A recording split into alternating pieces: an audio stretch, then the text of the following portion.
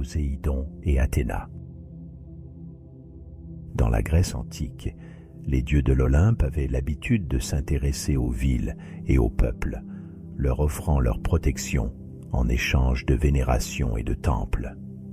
Lorsque les habitants d'une région se développaient et bâtissaient une cité prospère, ils cherchaient à honorer l'un des dieux comme protecteur de leur ville.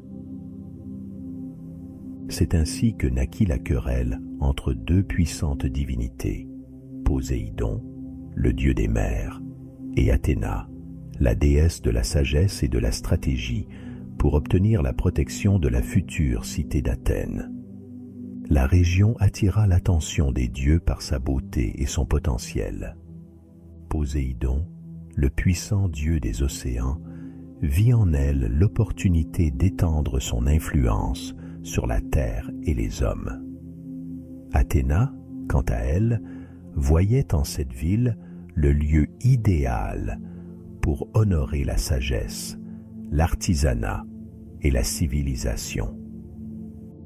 Chacun souhaitait faire de cette cité une représentation de son pouvoir et de son caractère divin. Zeus, le roi des dieux, décida d'intervenir pour éviter une querelle sans fin entre son frère Poséidon et sa fille Athéna. Il leur proposa un défi. Chacun d'eux offrirait un cadeau à la future ville, et les habitants choisiraient celui qui leur semblait le plus utile.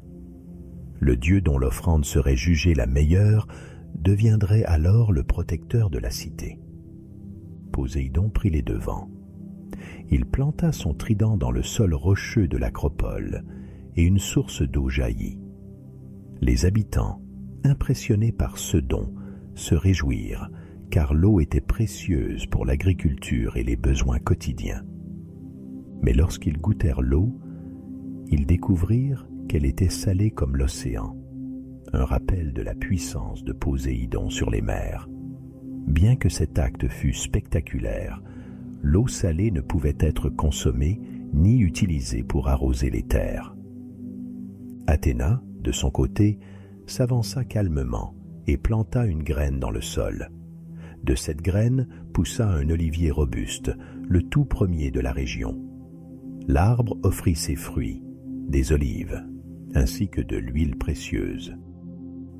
Les habitants virent dans cet arbre bien plus qu'un simple cadeau. L'olivier symbolisait la paix et la prospérité, et il leur offrirait de quoi se nourrir, s'éclairer et fabriquer des onguents et des produits d'usage quotidien. Ce don, sage et durable, fut accueilli avec joie par les habitants. Devant ce choix, les citoyens de la ville préférèrent l'olivier d'Athéna à la source de Poséidon, car il représentait un don durable qui améliorerait leur vie sur le long terme.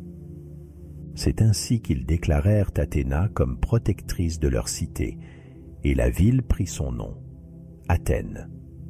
Poséidon, blessé dans son orgueil, ne prit pas cette décision à la légère. Furieux de ne pas avoir été choisi, il frappa le sol de son trident une seconde fois, provoquant un tremblement de terre et des vagues puissantes. Mais Athéna intervint pour apaiser son oncle et éviter des dégâts aux habitants qu'il avait choisis. Pour apaiser Poséidon, les habitants s'engagèrent à édifier un temple pour le dieu de l'océan.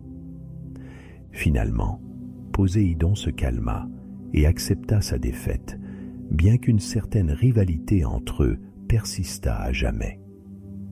Depuis ce jour, Athènes resta sous la protection d'Athéna, et l'olivier devint le symbole de la ville et de la sagesse qui guidait ses habitants. Les Athéniens érigèrent le Parthénon en l'honneur de leur déesse et s'engagèrent à cultiver et préserver l'olivier en son honneur. Ce mythe de la querelle entre Poséidon et Athéna devint un symbole de la force et de la paix, de la mer et de la terre, et du choix de la sagesse sur la puissance brute.